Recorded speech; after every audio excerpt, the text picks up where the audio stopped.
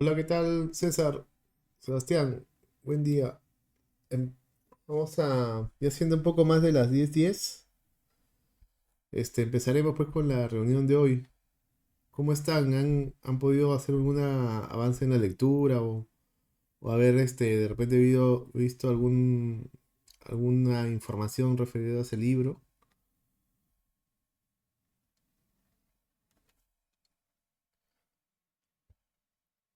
Hola,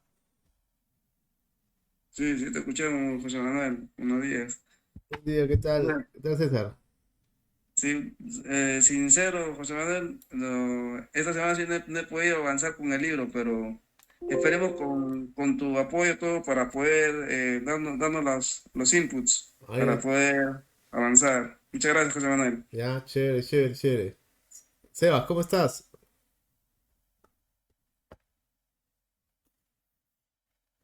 ¿Sebas?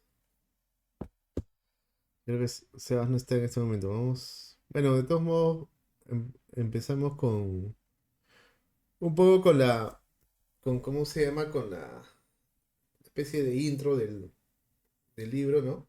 Este es el libro que estamos leyendo ahorita. Este, mi opinión ya después de haber leído hasta el capítulo 2, este, y claro, esa opinión puede cambiar de repente en la siguiente sesión porque ya se habrá leído más. Este libro, a diferencia del método Lean Startup, está basado básicamente en cómo crear startups internas dentro de la organización, ¿no? Eh, Cuando digo organización, y también lo recalca en el libro, es que, ¿cómo se llama? No es solamente, principalmente son empresas, ¿no? Pero también indica que se puede aplicar a organismos sin fines de lucro, como pueden ser fundaciones, este, o cosas por el estilo, y también a partes del gobierno, sobre todo, bueno, ahí menciona el gobierno federal, ¿no? El gobierno federal de Estados Unidos.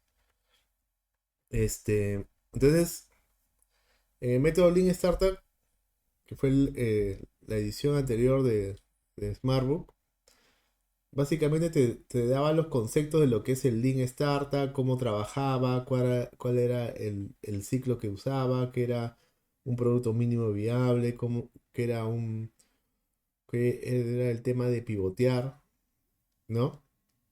Te hablaba de la contabilidad de innovación, es decir, era el método. Y acá, en este acá, es el método aplicado dentro de una startup interna, dentro de una organización. Entonces, me parece bastante interesante, ¿no?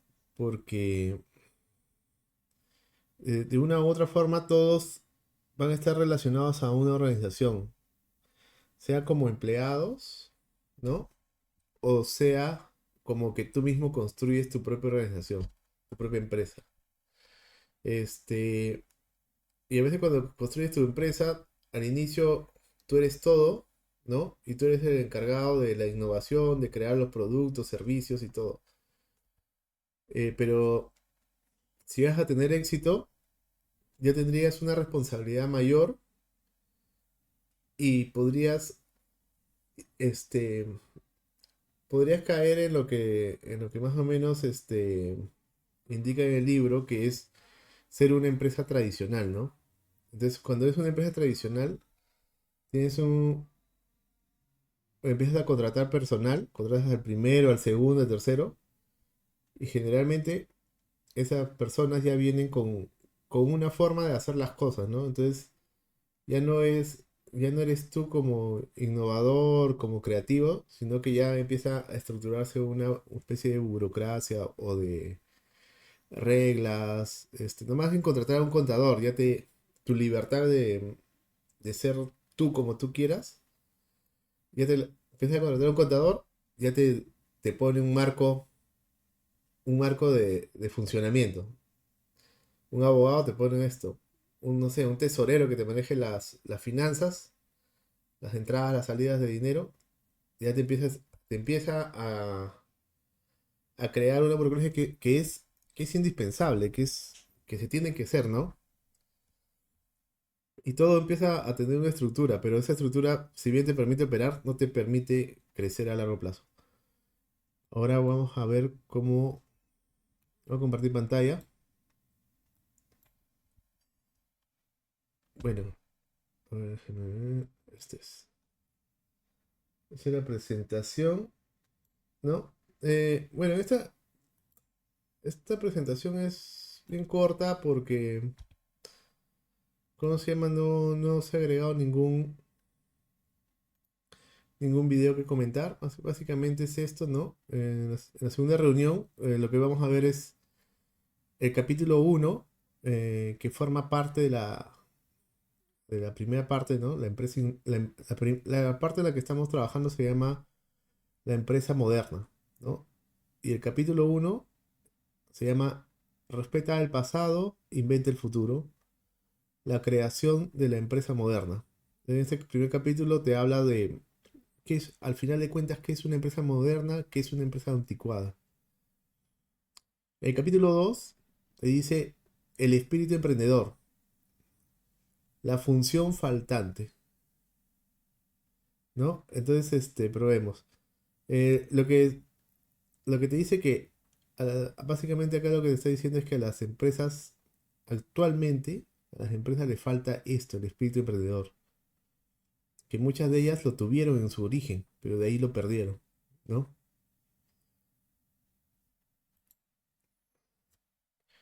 Y bueno, eso es como se ve acá, esta es la primera parte. Vamos a ver, este es del capítulo uno, capítulo 2. Se ha preparado dos mapas mentales, ¿no? Este es el mapa mental del capítulo uno, que lo vamos a ver en detalle ya en el Iowa. Y este es el mapa mental del capítulo 2. Este, bueno, como les comenté la reunión anterior, yo hago los mapas mentales, ¿no? Y es mi interpretación de lo que estoy leyendo en el libro. Es como yo lo dibujo. Cada persona que lee un libro, un texto, hace su propio mapa mental y evidentemente, como no hay dos personas iguales, tampoco vas a encontrar dos mapas mentales iguales. Pueden ser muy parecidos, pero siempre va a haber alguna diferencia. ¿Y cuál es la idea en este club de lectura? La idea es que si alguien ha leído y ha hecho su mapa mental, lo expone, ¿no? Este, si tú, César, lo lees para la próxima sesión, no sé, un capítulo, hiciste tu mapa mental de ese capítulo, exponlo. Igual Sebastián, o sea, quien sea, ¿no? En caso de que no haya ya nadie, yo lo puedo exponer. Pero la idea es tratar de ser más interactivo. Bueno, vamos a ver el Ayoa. Bueno, y el Ayoa es una herramienta que la verdad a mí me ha sorprendido bastante. Y me sorprende, lo que más me sorprende es que la versión gratuita sea tan poderosa, ¿no? O sea, eso es lo que más me sorprende. A ver, déjame ver. Yo creo que es lo que ya hicimos, ¿no? Esta es la introducción que ya se hizo. La primera parte. Este es el capítulo uno. Lo dije. El capítulo uno se llama Respeta el pasado, inventa el futuro, la creación de la empresa moderna, ¿no? Eh, bueno, acá están un montón de información. Ese es creo que de los dos capítulos es el que me ha traído más información, o sea, me ha hecho sacar más cosas. Y también me ha hecho ver por qué tal vez pensamos o actuamos a priori de una manera, ¿no? O de otra. Este, el capítulo empieza en que, ¿cómo se llama? Eric Rice comenta de que una conversación que tuvo con esta persona, ¿no? Jeff Immelt, que era consejero delegado de General Electric. Entonces, esta persona decía, la conversación surgió de esta manera, ¿no? Le comentó a Eric Rice que nadie quiere trabajar en una empresa anticuada, nadie quiere comprar productos de una empresa anticuada y nadie quiere invertir en una empresa anticuada, ¿no? Entonces, de ahí pues, eh, Rice ¿cómo se llama? Le hace este comentario que dice, oye Jeff, si yo eligiera un empleado al azar, o sea, de tu organización, de General Electric, de cualquier nivel, departamento o región, General Electric está en muchos países, y ese empleado tuviera una idea absolutamente brillante, que abriera una fuente de crecimiento radical nueva para la empresa, le pregunta, en ese escenario, ¿qué tendría que hacer ese empleado para poder llevar su idea a la práctica? Dispone la empresa de un proceso automático para poder probar esa idea nueva y determinar si realmente merece la pena o no. Le pregunta también, ¿dispone la empresa, o sea, General Electric, dispone de las herramientas de gestión necesarias para ampliar esa idea a fin de que genere el máximo impacto, aun cuando no se ajuste a ninguno de las líneas de negocio actuales? Entonces, ¿cómo se llama? Jeff Immelt le dice, este, eso es, ese debería ser el tema de tu próximo libro. Entonces, es de ahí donde sale este libro que estamos leyendo, ¿no? El camino hacia el Lean Startup. Básicamente sale un poco de una conversación entre dos personas y, y no es una conversación vacía o superflua, ¿no? Sino es una conversación de cierta profundidad en la cual se cuestionan el estado de las cosas y pueden, entre argumentos, escribir la idea de un libro, ¿no? Yo a veces me pregunto cuántas de estas conversaciones tienen algún sentido o alguna trascendencia. Eh, a veces, por ejemplo, hay espacios vacíos, ¿no? Y la gente los llena de palabras eh, porque hay que llenarlos, ¿no? Casi por cortesía. Pero en otras culturas o en otras eh, áreas no es así, ¿no? No solamente se llena los silencios con palabras por cortesía, sino que también por cuestiones trascendentes. Y eso acá es bastante profundo, ¿no? Entonces, Rice le vuelve a preguntar, ¿qué hace una empresa moderna? Se pregunta eso. Pues una empresa moderna lo que hace es aprovechar la creatividad y el talento de todos y cada uno de sus empleados, esté donde esté. Si el conserje tuviera una buena idea, la empresa moderna debe tener un mecanismo, ¿no? Oficial, no soterrado, de cómo poder capturar esa buena idea, cómo poder premiar, retribuir a la persona que genera esa idea, ¿no?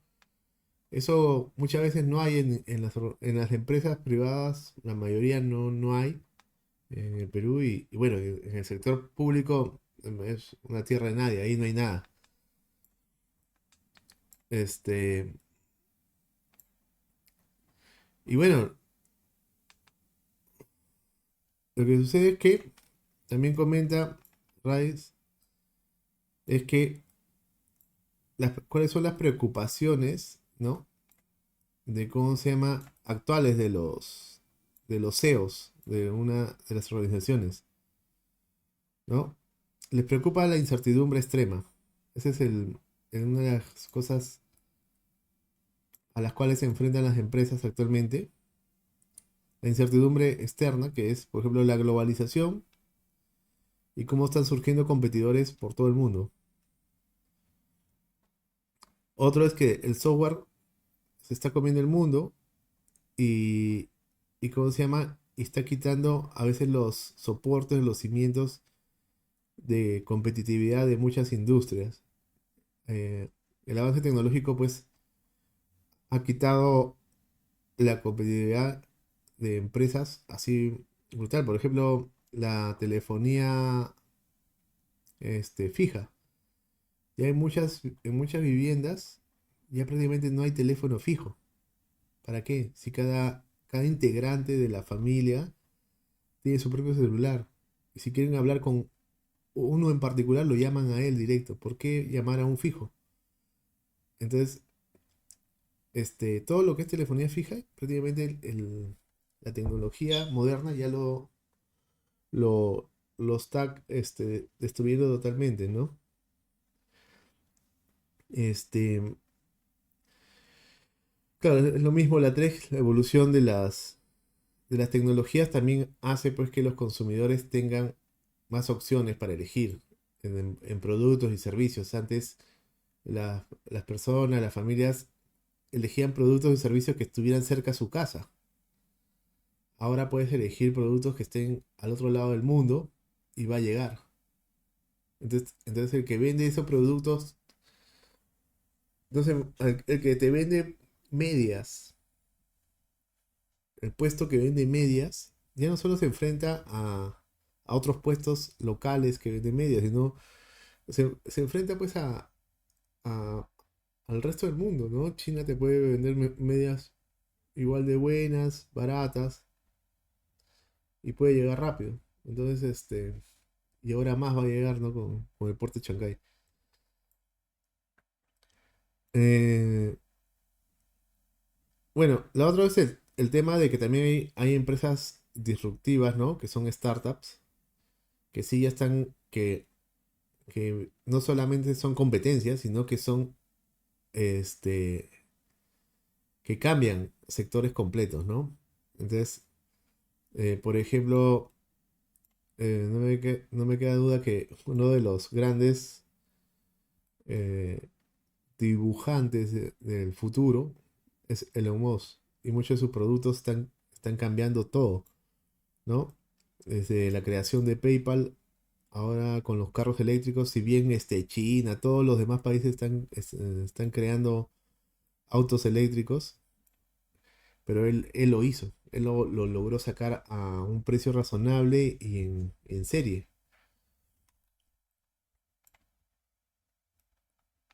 Después, este, además de la incertidumbre externa, también hay incertidumbre interna, ¿no? Esta incertidumbre externa obliga a que los equipos internos de las empresas a presionarlos para lanzar nuevos productos, ser más innovadores, en buscar nuevas fuentes de crecimiento constantemente, en cómo se llama, y en entrar a nuevos mercados. Acá me comí una letra. Entonces, este gráfico también me parece bastante interesante. Por ejemplo, este gráfico lo que te dice es, acá están los años que demoró eh, la población de Estados Unidos en adoptar, eh, ¿cómo se llama? La tecnología, una de estas tecnologías. Por ejemplo, acá está la electricidad, el teléfono, la radio, la televisión, este, el ordenador, el teléfono móvil, el internet y los smartphones, ¿no? Son diferentes tecnologías y acá el gráfico te muestra cuántos años demoró en ser adoptada por el 25% de la población norteamericana, ¿no? Entonces, por ejemplo, en el caso de la electricidad debe haber estado por más o menos por 45 años, ¿no? Le demoró a la electricidad 45 años ser adoptada por el 25% de la población americana, de Estados Unidos. El teléfono le demoró más o menos, ponte unos 34 años, ¿no? La radio unos 31 años. La televisión demoró más o menos unos 25 años. El ordenador aproximadamente unos 15 años. La telefonía móvil, ponle unos 12 años. El internet, unos 7 años. Y los smartphones, tal vez unos 4 años. Entonces la tendencia es que las nuevas tecnologías son adoptadas más rápidamente por la población. Entonces la carrera por la innovación es una carrera que cada vez le mete más acelerador a las empresas, a las organizaciones. ¿Y por qué pasa eso? Porque estás actualmente en un escenario de incertidumbre externa, incertidumbre interna. Y acá el libro hace una comparación chévere sobre cómo eran las empresas del siglo XX, ¿no? ¿No? Versus cómo son las empresas modernas. Vamos a ver primero cómo eran las empresas del siglo XX. Por ejemplo, en el caso del crecimiento, el crecimiento se limitaba a la capacidad, ¿no? Por ejemplo, si tenías una fábrica que tenía tres máquinas, su capacidad estaba limitada a lo que podían producir las tres máquinas en, a su máximo desempeño, ¿no? Entonces, ese era el crecimiento. Después, otra característica era que las empresas que tú lograran tener una capacidad adicional, es decir, ponte esa empresa de tres máquinas, lograban adquirir una cuarta, simplemente aumentaba la producción y se vendía. Se lograba vender porque no había prácticamente competencia. Si aumentabas una quinta máquina, aumentaba la producción, venta. Sexta, producción, venta. O sea, era una cuestión muy directa. El tema de los nuevos productos. Los nuevos productos prácticamente eran los mismos que los anteriores. Le cambiaban alguna cosita y ya era un producto nuevo, entre comillas. El nuevo crecimiento, ¿no? Solamente era cuestión de hacer una publicidad mayor y entrar y llegar a un nuevo público que no estaba en ese momento atendido. Es como decir que, aterrizándolo para el Perú, podría ser, ¿sabes qué? Yo vendía, no sé, leche Gloria en Lima y ahora quiero vender en Iquitos. Entonces iba, implantaba una publicidad en Iquitos y simplemente entregaba ahí el producto y se vendía. Ese era el crecimiento, ¿no? El crecimiento estaba casi dado por un tema casi geográfico. La base de la competencia eh, era básicamente el precio, la calidad, la variedad y la distribución. Las barreras, ¿no? Eran bastante altas y se centraban en poder limitar el acceso a otros competidores. Entonces, básicamente, ese era el mundo de la empresa en el siglo XX. ¿Y funcionó? Sí, funcionó. Funcionó, funciona hasta ahora, ¿no? En Perú muchas empresas todavía están en el siglo XX, en el siglo XX. Algunas están a inicios del siglo XX, otros por la mitad del siglo XX. Pero nosotros tenemos un desfase bastante alto. Y bueno, lo otro que menciona en esta parte es cómo es una empresa actualmente, o sea, una empresa moderna, en qué se enfoca. Acá está mal escrito. Bueno, primero se enfoca en comunicaciones globales, ¿no? Inventar, fabricar en cualquier parte del mundo. Es decir, actualmente tú puedes fabricar donde sea. Donde sea, no requieres tener, ¿cómo se llaman? Máquinas, no requieres tener a veces ni siquiera el diseño, lo puedes todo delegar. Comunicadores, consumidores, los consumidores también actualmente pueden elegir donde sea, en cualquier parte. Si quieren un producto americano, un producto europeo, un producto chino, un producto japonés, lo tienen la información del producto desde cualquier parte del mundo, este, lo pueden comprar y lo pueden traer muy rápido. Eh, Actualmente las pequeñas empresas, ¿no? Y las personas en particular tienen acceso también a estos sistemas globales. Por eso es que el mundo emprendedor ha crecido fuerte. Antes un emprendedor, hacer empresa, tenías que prácticamente ser millonario, porque no había forma si no tenías acceso a capital, a un capital fuerte, porque todo estaba restringido. La información, las comunicaciones, este, la, ¿cómo se llama? Los sistemas de producción, ¿no? Entonces, ahora, tanto pequeñas empresas como personas particulares tienen acceso a eso. Eh, Acá hay una parte, por ejemplo, que me parece bastante interesante, ¿no? Por ejemplo, una de las consignas de Karl Marx y de todos los socialistas es que, ¿cómo se llama? Que el pueblo debe hacerse, o que para progresar, debes de apoderarte de los medios de producción, ¿no? Porque solamente prospera quien es dueño de los medios de producción. Entonces, pero la verdad es que ahora no es necesario ni siquiera tener los medios de producción. Ahora simplemente lo puedes alquilar a un precio tan barato. Puedes alquilar la maquila de lo que sea, en China, en India, donde sea. Y no es que tú te vas a ser dueño o apoderarte de la fábrica, no ni siquiera necesitas, ¿no? Entonces, eso está, ¿cómo se llama? Totalmente descabellado actualmente. ¿Alguien me ha enviado algo? No.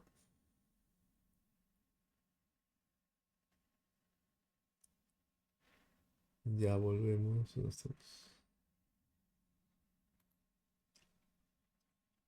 Cierro esto. Ya. Eh, entonces, ahora puedes alquilar los medios de producción a un precio muy competitivo, muy, muy barato.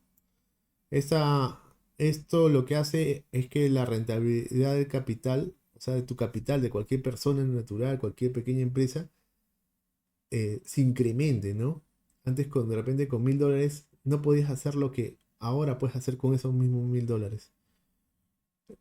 Este, y eso también hace que sea más fácil y barato probar, probar nuevas ideas, nuevos experimentos. Actualmente la base de la competitividad están dadas por el diseño, la marca, el modelo de negocio o la tecnología, la plataforma tecnológica. O sea, estas son cosas básicamente que tienen que ver con el conocimiento, más que con el fierro duro, ¿no? Sino con el conocimiento. Em, la cartera de gestión, es decir, eh, acá Rice habla de este concepto cartera de gestión, como que hay una parte de la producción eh, de una empresa que es la rutinaria, la normal, la actual, o lo que le llama básica, ¿no?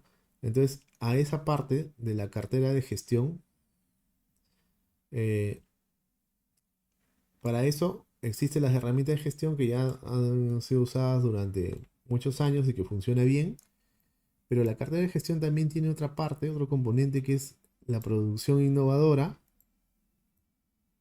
la cual, este, estas herramientas de gestión tradicional no funcionan.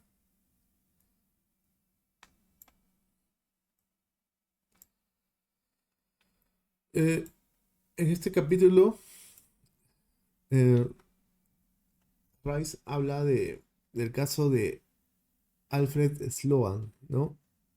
Que escribió este libro que se llama Mis años en General Motors, del año 79. Pero eso lo escribió,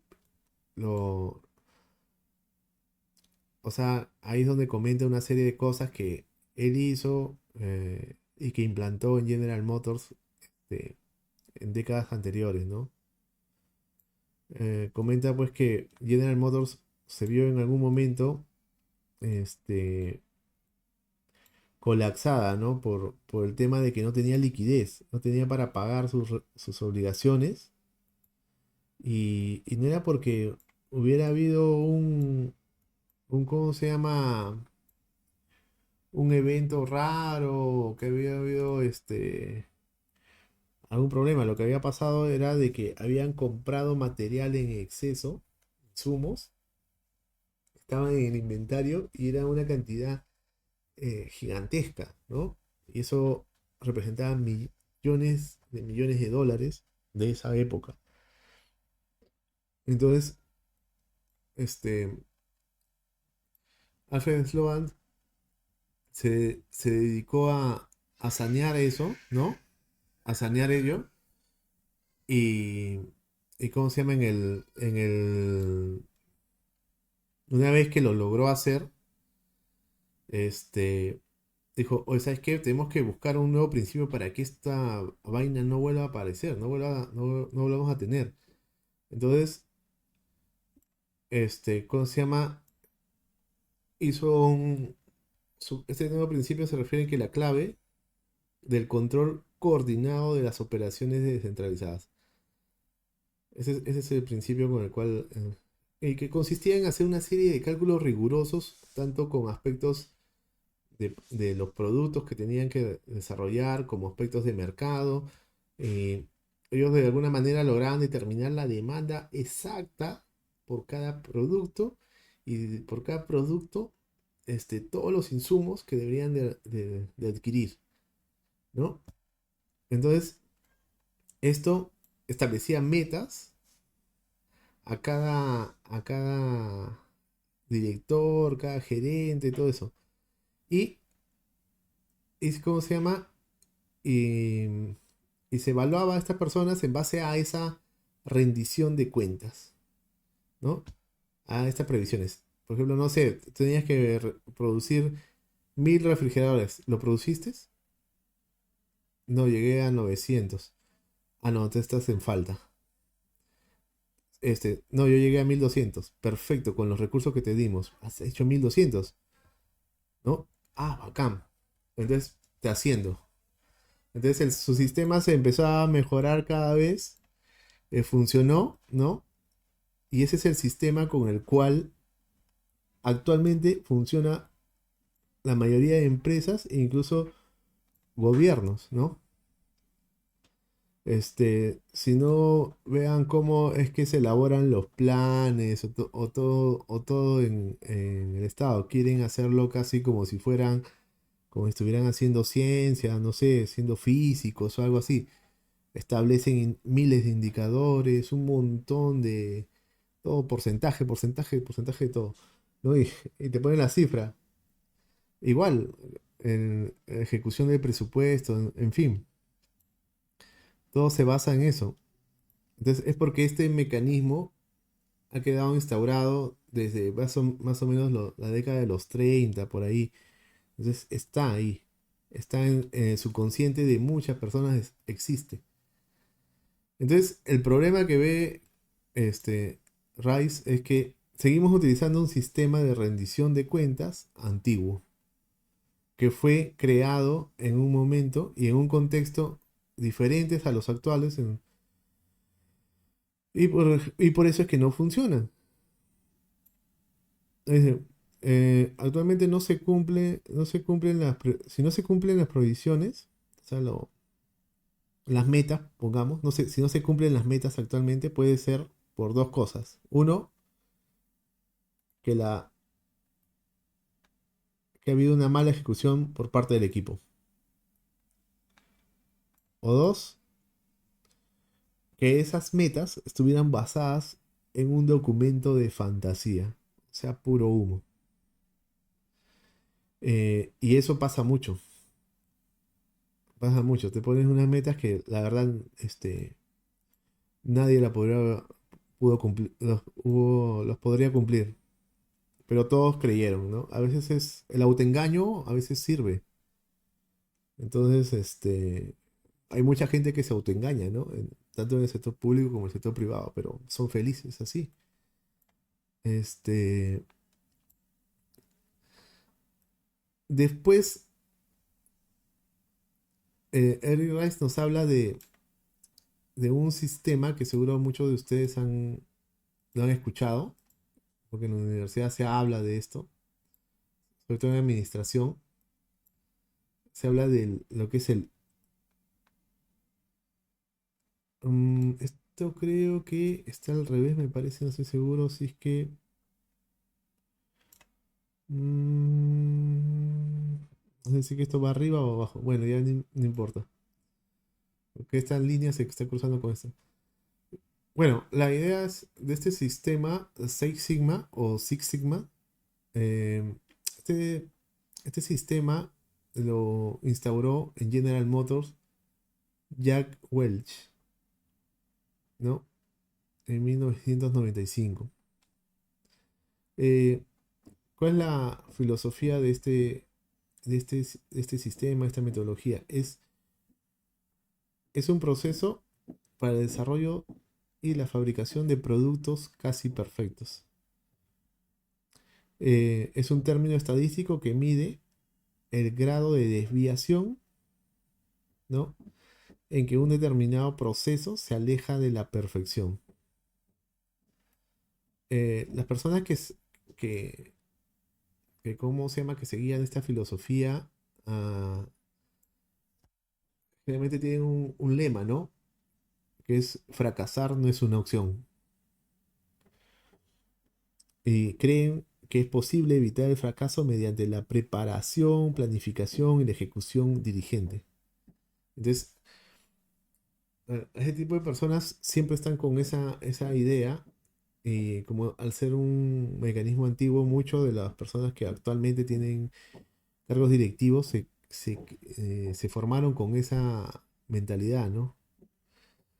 En cambio, este programa Passwords, que era o sea, General Electric contrató a Eric Rice para implantar un programa que busque instaurar la filosofía Lean Startup dentro de General Motors. Este programa se llamó Fastworks.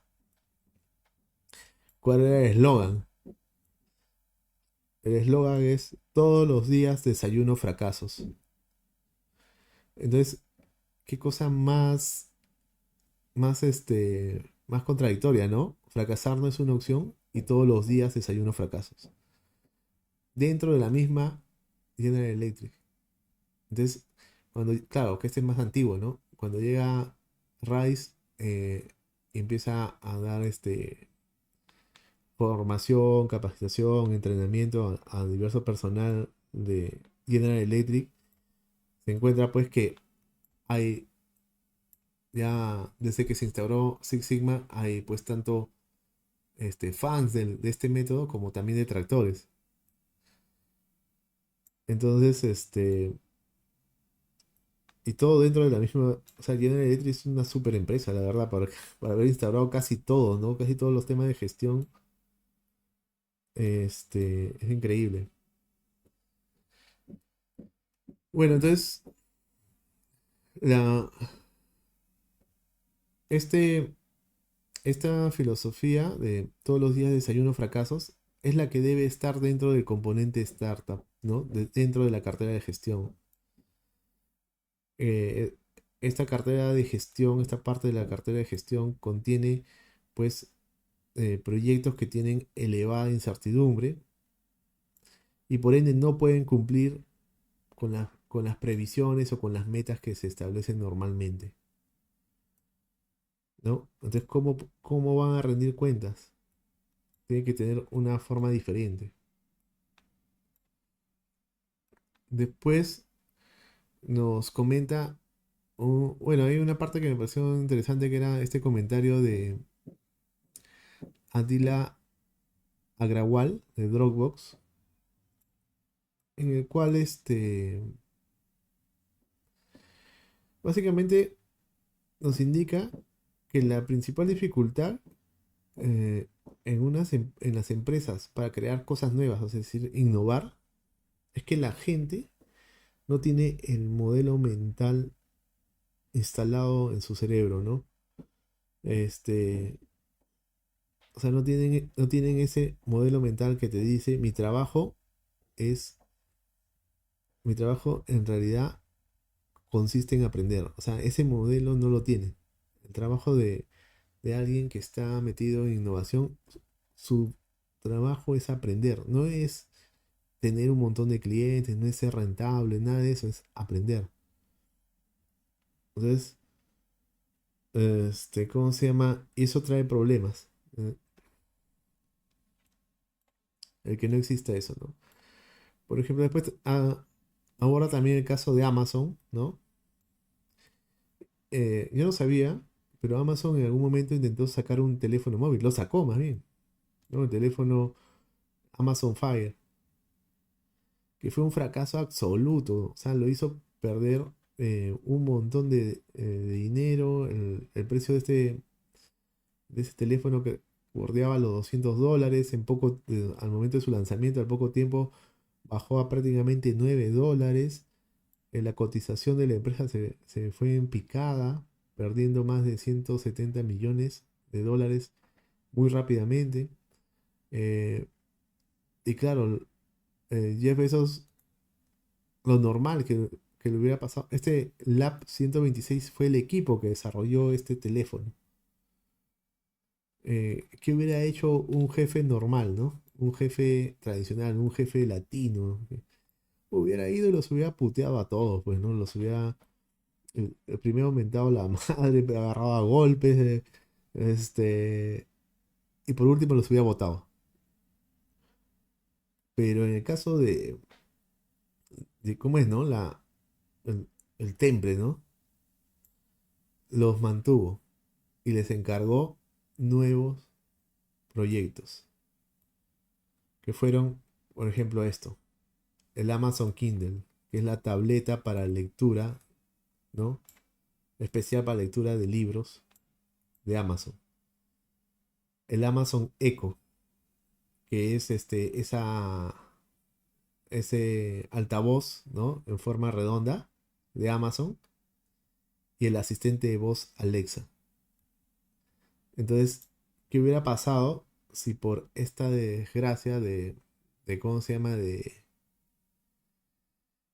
producto, de desarrollo, de proyecto, hubieran votado a todo este equipo y lo hubieran desaparecido? Te hubieras perdido de todo esto.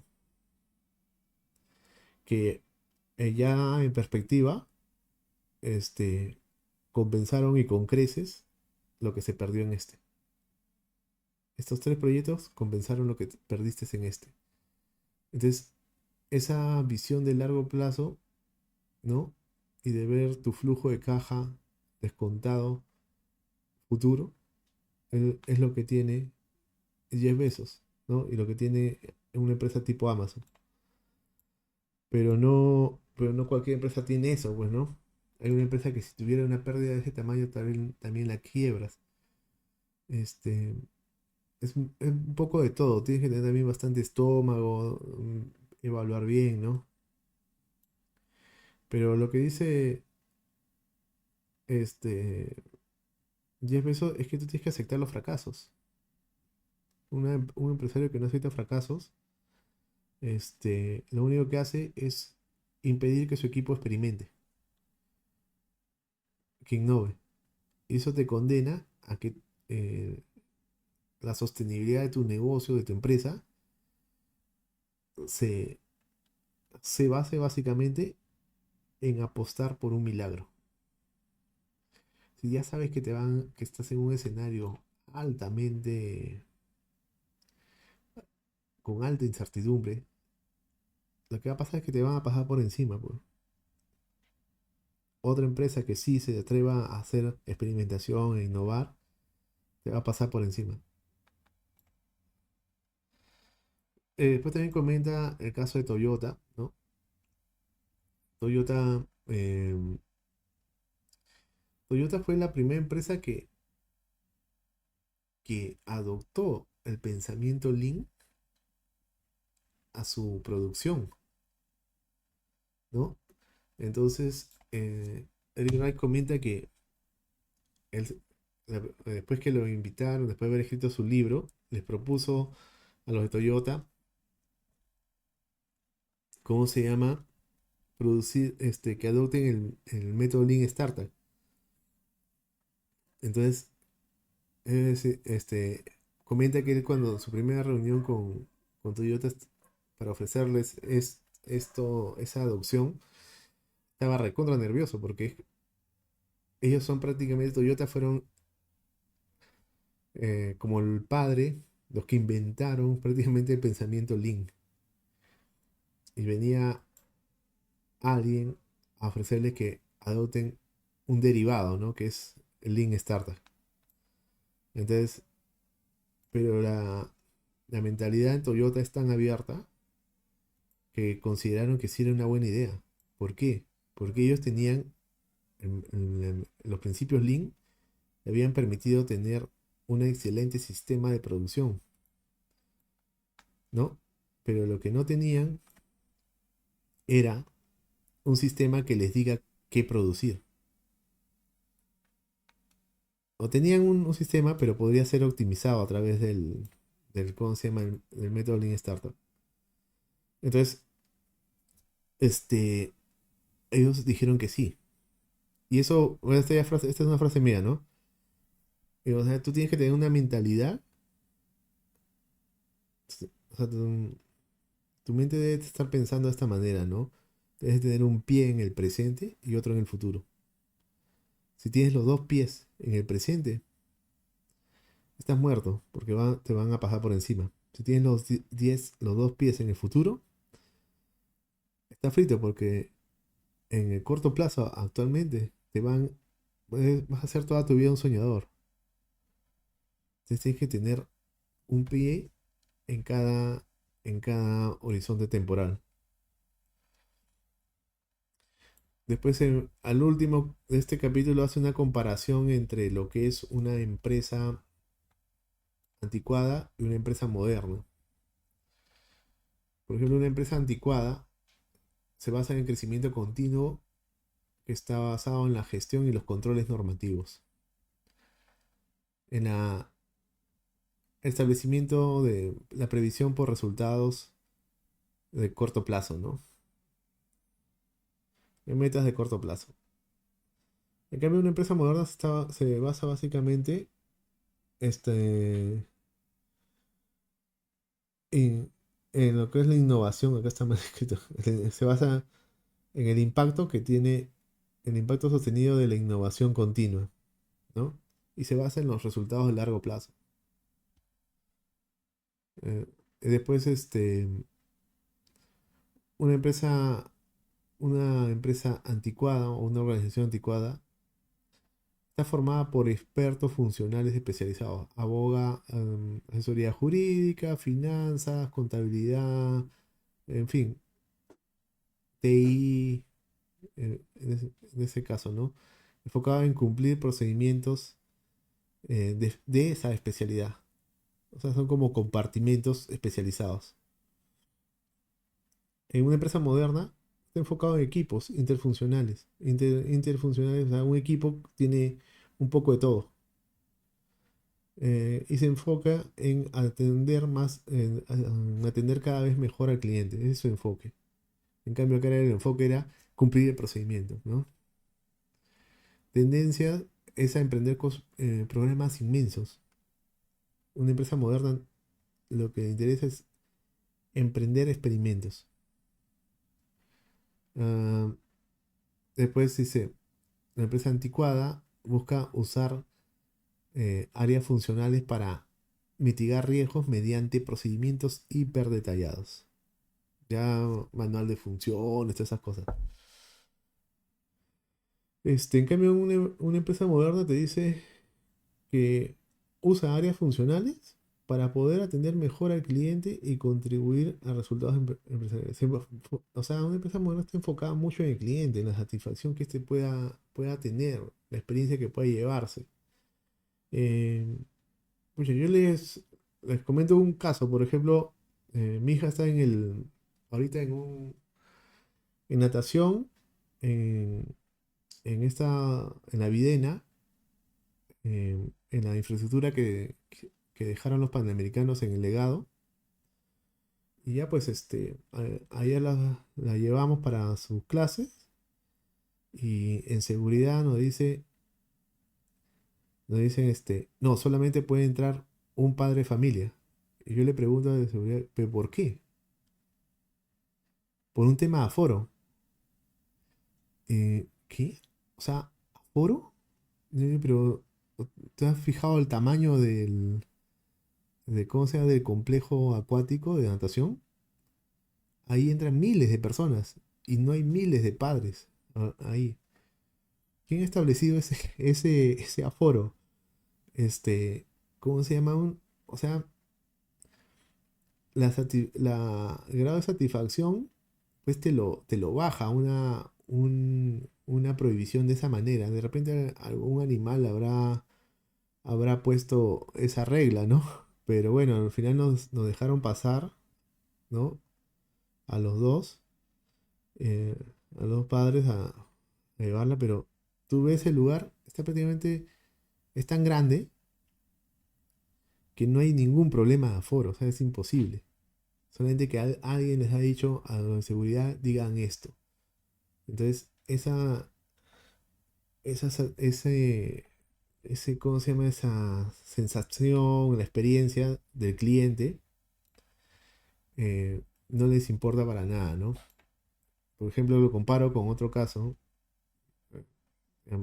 Años pasados mi hija estuvo en una piscina privada, Ángel Romero, era mucho más pequeño, pero la experiencia era muy gratificante. Se preocupaban mucho en el cliente. Tenía su cafetería buena, presentable, ¿cómo se llaman? Los padres podían, llegaban, se sentaban, también podían venir hasta a veces los abuelos a ver a sus nietos a nadar un rato, ¿no? El legado les importa un comino, eso. Entonces, no sé, pues y eso, bueno, tal vez se explica porque el legado en realidad es una entidad pública, es una institución estatal, y como no les importa el cliente para nada, se guían por otras, percepciones, ¿no? No están enfocados en el cliente. El enfoque del cliente es otra cosa. Este, ah, bueno, regresando, una empresa anticuada emprende proyectos basados en el retorno de la inversión, la contabilidad tradicional y la cuota de mercado, ¿no? Una empresa moderna básicamente busca maximizar probabilidades y dimensiones del impacto futuro que tenga un proyecto, ¿no? Y se basan en la contabilidad de la innovación. Un, ¿Cómo se llama? Una empresa anticuada, eh, un, un trabajador hace multitasking, o sea, está metido, habla de muchas cosas, habla de cosas ni de que entiende, pero las habla, ¿no? Sabe un poquito de esto, un poquito del otro, ve dos, tres, cuatro proyectos a la vez. Entonces, en cambio, en una empresa moderna se basa en una startup interna, un único proyecto, un equipo pequeño. Hay una metodología que se llama el equipo de dos pizzas, que sirve para dimensionar el tamaño del equipo, ¿no? Entonces, coges dos pizzas normales, ¿no? Dependiendo de la cantidad de slices que tiene la pizza, a cuánta gente alcanza para alimentar con dos pizzas, ese es la cantidad de personas de tu equipo. Si a cada persona le das dos slices, entonces ya más o menos divides la cantidad de slices de dos pizzas y te sale tu número, el tamaño que debería tener tu equipo. Eh, el eslogan es piensa en grande, empieza poco a poco, crece deprisa, ¿no? O sea, la startup es eso. O sea, la startup empieza pequeño, hace pruebas, experimentos, tienes éxitos y explotas. En una empresa anticuada, hay esto, que es estructura, ¿no? Directores más subordinados. Todos los demás dicen, ok, a cualquier locura que pueda decir un director. Hay una cuestión, una relación vertical, ¿no? Y de subordinación extremas. En cambio, una empresa moderna es diferente. Hay directores y emprendedores. Prácticamente casi son al mismo nivel y logran en algunas cosas hacerle cambiar, ¿no? La opinión a los directores. Eh, una empresa anticuada busca proyectos grandes, caros y de lento desarrollo para asegurarse que sean adecuados, entre comillas. Y la financiación es todos los años es similar al año anterior. En cambio, en una empresa moderna, eh, ¿cómo se llama? Buscas experimentos inteligentes y la financiación es contra avance, ¿no? De éxito, contra obtención de éxitos. La eficacia en una empresa anticuada eh, implica que todos tienen que estar ocupados todo el tiempo o parecer que están ocupados. La eficiencia en una empresa moderna implica averiguar qué más se puede hacer por el cliente. Enfoca al cliente. Enfoca al cliente. Una empresa anticuada. El fracaso no es una opción. Empresa moderna. Recompensa los fracasos productivos. Empresa anticuada. Enfrenta la competencia con barreras de acceso. Empresa moderna. Enfrenta la competencia por medio de innovación. O sea, no sé si César, Sebas, ¿cómo, cómo están? Estoy escuchando. No, ¿Qué les pareció ese bastante, capítulo? muy interesante realmente. La selección de libros que has escogido bastante buena, ciertamente. Hasta el momento bastante buena selección. Sí, sí, pues sí, sí, sí. A mí me ha dejado mucho que pensar de esa forma, ¿no? De ver el enfoque al cliente, ¿no? Claro, O sea, el cliente es el rey, pues. O sea, tú tienes que mejorar y hacer que la experiencia del cliente sea eh, buena o extraordinaria. es como en el caso de que tú estás con la página en donde haces tus mapas, Claro, te dio una gran experiencia, al fin y al cabo. yo la verdad descubrí esta herramienta y me parece sensacional. O sea, esto es lo que te da gratis. Es por esa misma razón, es lo mismo que estamos mostrando ahí, justamente, un ejemplo. Sí, es cierto, Sebas. Este, y claro, y tú ves que hay otras opciones que no están activadas, por ejemplo esta, ¿no? Yo podría hacer la presentación directo desde acá, podría hacer, compartir, ¿no? Otras cosas que no están activadas, que son opciones de pago, pero al haber probado esto y la experiencia de cliente, de usuario, es tan buena que, pucha, que te incita a querer comprarlo en algún momento, ¿no? Y Pues, recomendarlo también. obvio. Sí, pues, Las cosas, al fin y al cabo, es normal que alguien te, puede decirlo, si te ofrece tanto, es normal que quieras luego conseguir lo que más te da, pues. ¿Qué más te da? Ya que sabes que te está dando un buen producto claro, de comida. claro, lo mismo me pasa con Canva. Canva también me pareció tan bueno su prueba de gratis, que pucha, ya compré el plan de un año, porque me parece que tiene tantas cosas para hacer que me parece valioso. El valor otorgado es mucho superior a lo que tú pagas. Entonces, esa es la parte bacán. Bueno, ahora continuaré con el otro, pues, ¿no?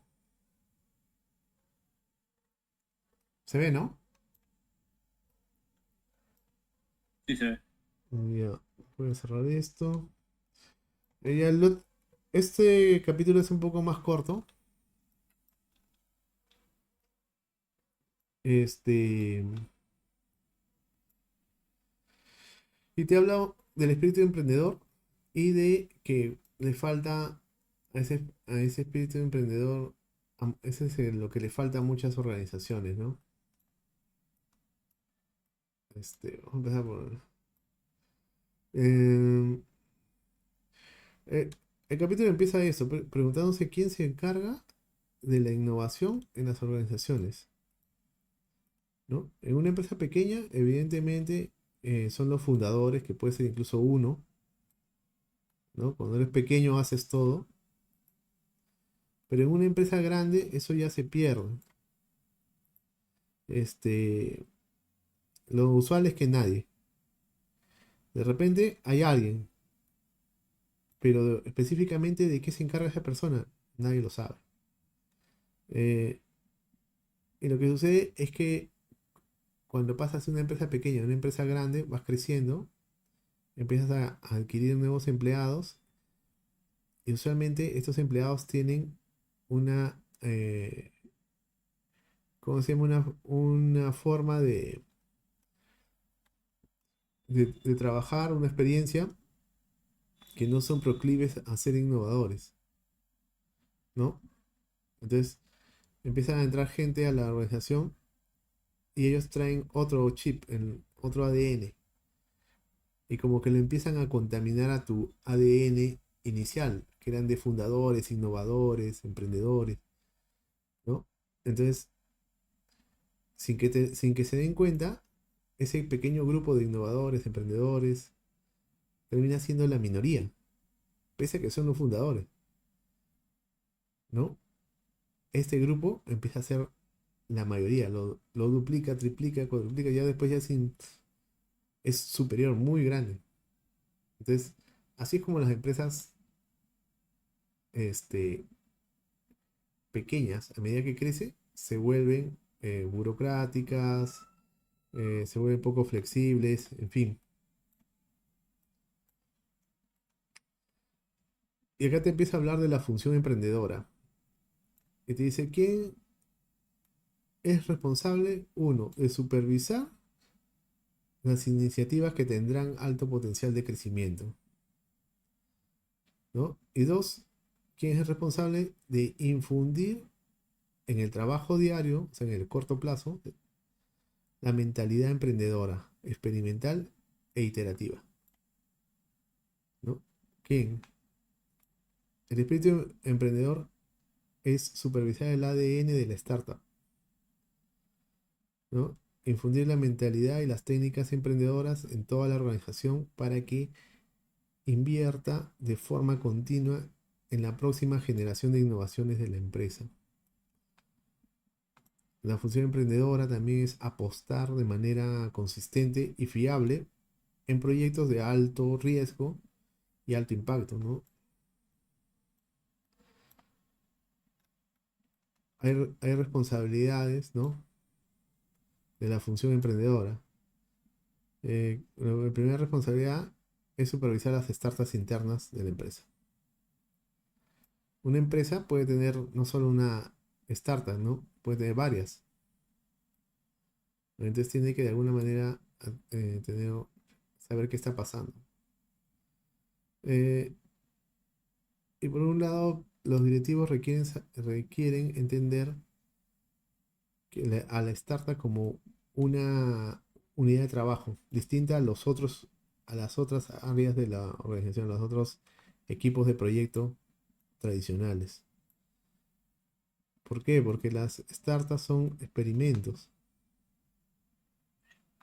¿no? En cambio, equipos de un proyecto tradicional es, eh, es un proyecto que ya se ha hecho tantas veces que ya no tiene nada de innovador, pues, ¿no?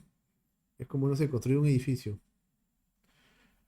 Un edificio al margen del diseño ya no tiene mayor innovación hasta que surja una tecnología diferente, ¿no? El equipo que va a desarrollar esa nueva tecnología, ese sí es un innovador. Pero ya los que están haciendo las copias, no. O en el tema de la música. Por ejemplo, una banda tipo Guns N' Roses, crear la canción November Rain, esa es una innovación en la música. Una tremenda canción. Pero el grupo de covers, de la universidad que saca November Rain,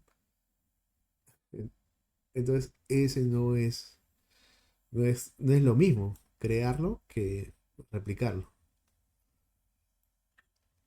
Entonces, el equipo de startup combina habilidades de muchas áreas. Bueno, y por eso es que como no lo puedes encasillar en contabilidad, en un equipo, en un área específica, muchas veces no tiene ningún lugar en el organigrama de las empresas. Eh, Después dice, eh, el emprendedor que dirige una startup debe tener una trayectoria profesional diferente, ¿no? La trayectoria profesional distinta. Acá lo he repetido 2 veces. Y debe tener el manejo de metodologías de alto impacto para que puedan acelerar el crecimiento.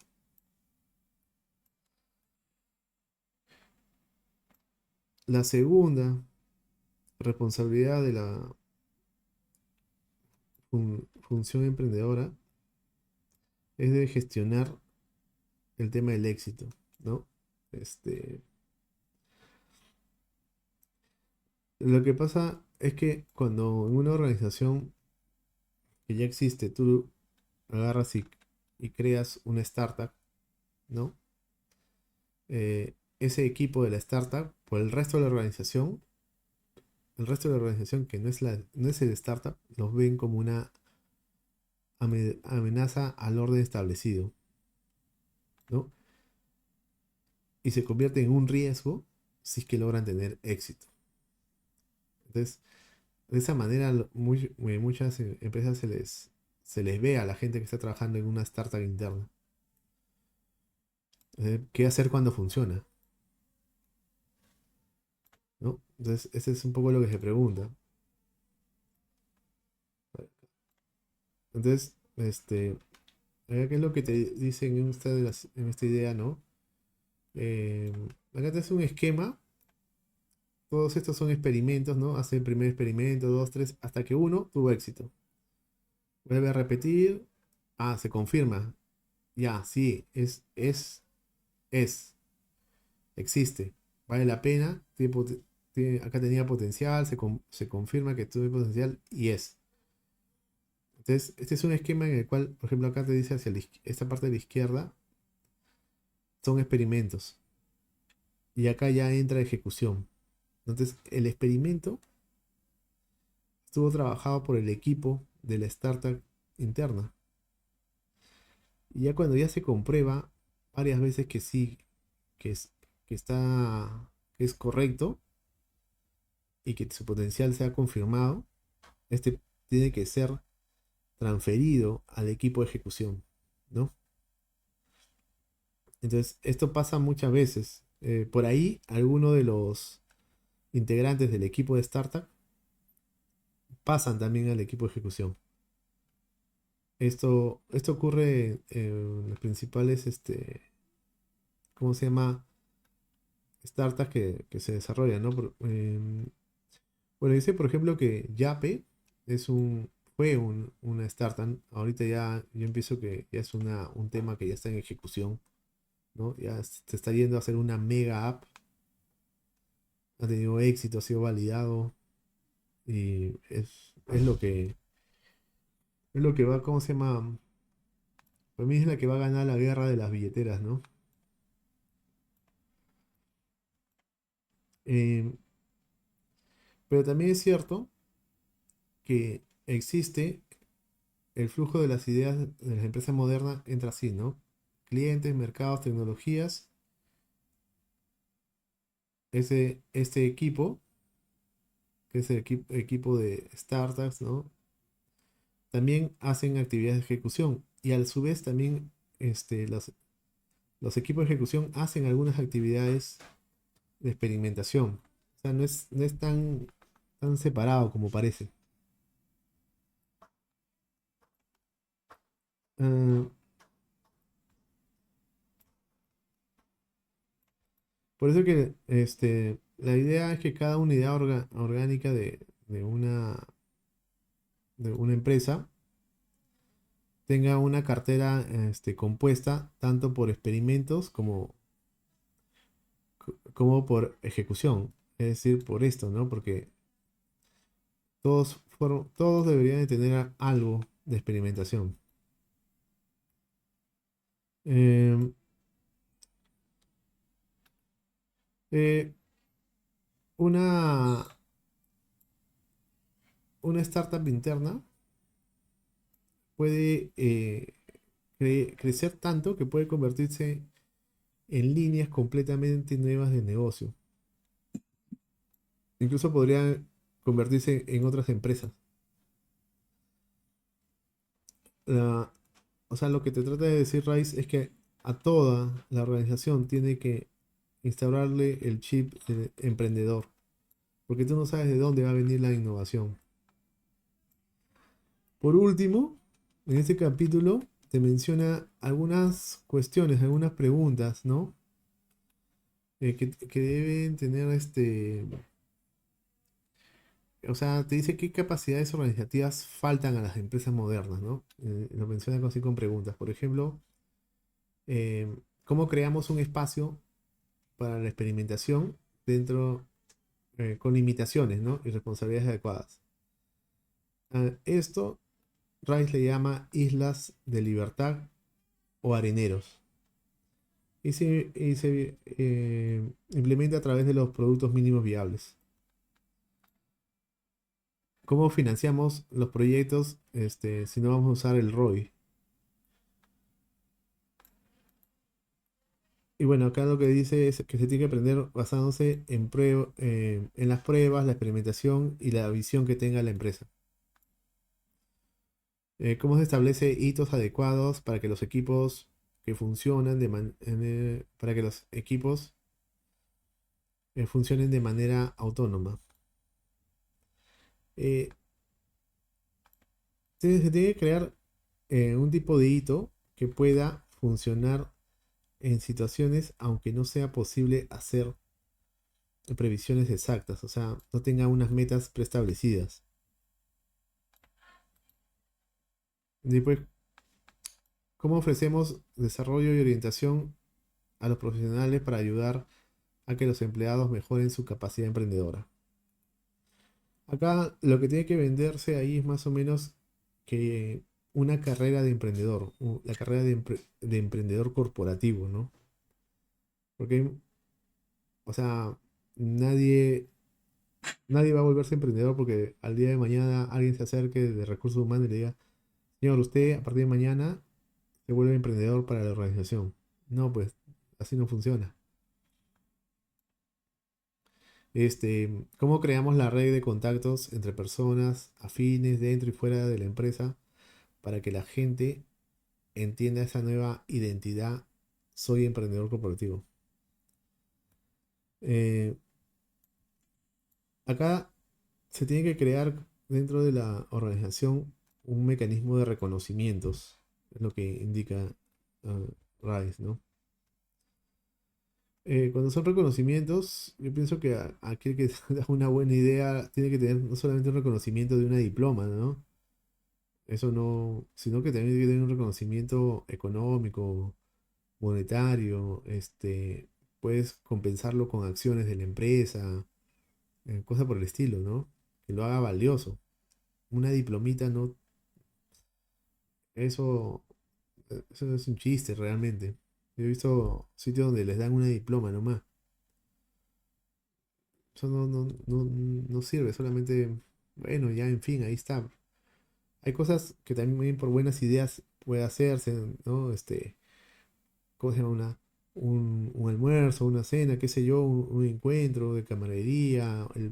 También pueden ofrecerle pago de cursos, diplomados, maestrías, qué sé yo. Entonces, tienes que hacer todo un mecanismo para eso. ¿Cómo ponemos a las personas adecuadas en el equipo adecuado? Eso lo tiene que dirigir recursos humanos enfocado en el desarrollo profesional de cada persona, ¿no? Y tiene que crearse también un mecanismo en que no es que tú lo pongas a alguien, sino que, ¿cómo se llama? El emprendedor que está dentro de la organización y que a veces está oculto, escondido, sea atraído por el proyecto o por los proyectos. Y por último dice, ¿cómo creamos nuevos sistemas de incentivos y promoción? Tienes que desarrollar una... Acá no expande mucho esto aquí, pero lo que dice es que se tendría que desarrollar basándose en un poco en la experiencia que ¿cómo se llama? De Silicon Valley en torno al ecosistema emprendedor, ¿no? Entonces, indica que eso lo va a desarrollar en los próximos capítulos. Entonces, esa ha sido un poco la lectura de esta semana, de 2 capítulos que han estado mm, muy intensos, con mucho detalle. Em, la diferencia, la diferencia con el otro libro, el método Lean Startup, es como se llama, es notoria, ¿no? El otro era un poco más general, este entra en cosas más específicas y más organizacionales. Eso me parece muy interesante. Creo que es un poco, también la lectura es un poco más, bueno, de repente podríamos decir que no es tan fácil como el libro del método Lean Startup, pero para las personas que trabajan en una empresa, en una organización, este libro les va, les va a contar su historia, ¿no? Les va a decir en qué están, ¿no? Es decir, por qué está pasando, por qué tu jefe piensa como piensa, por qué la empresa actúa de esta manera. Muchas de esas cosas que tú a veces estás ahí, no sabes muy por qué está pasando, porque es un pensamiento tal vez, sigue en una filosofía que se instauró en los años 20 del siglo pasado. Entonces, este, este libro te la cuenta y esa es la parte interesante. Eh, Bueno, en todo caso, ya con eso terminaríamos la reunión de hoy día. Si es que no hay alguna pregunta, algún comentario. Seba, César.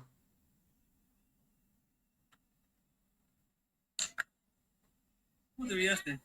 ¿Ah? ¿Ah? Te salió bastante. Mira acá. Lo siento. ¿Sí, sí, Sebas? No, es que acaba de llegar mi madre. Ah, Mira. ya. Ya pues, Seba, César. En todo caso, terminamos ahí. Y bueno, para la próxima reunión creo que hay tres capítulos y seguimos avanzando. No hay problema. Listo, José Manuel. Ya, entonces. Nos Chau, chau. vemos. Chau, chau. Buen domingo. Chao, chao, chao. Chao, chao.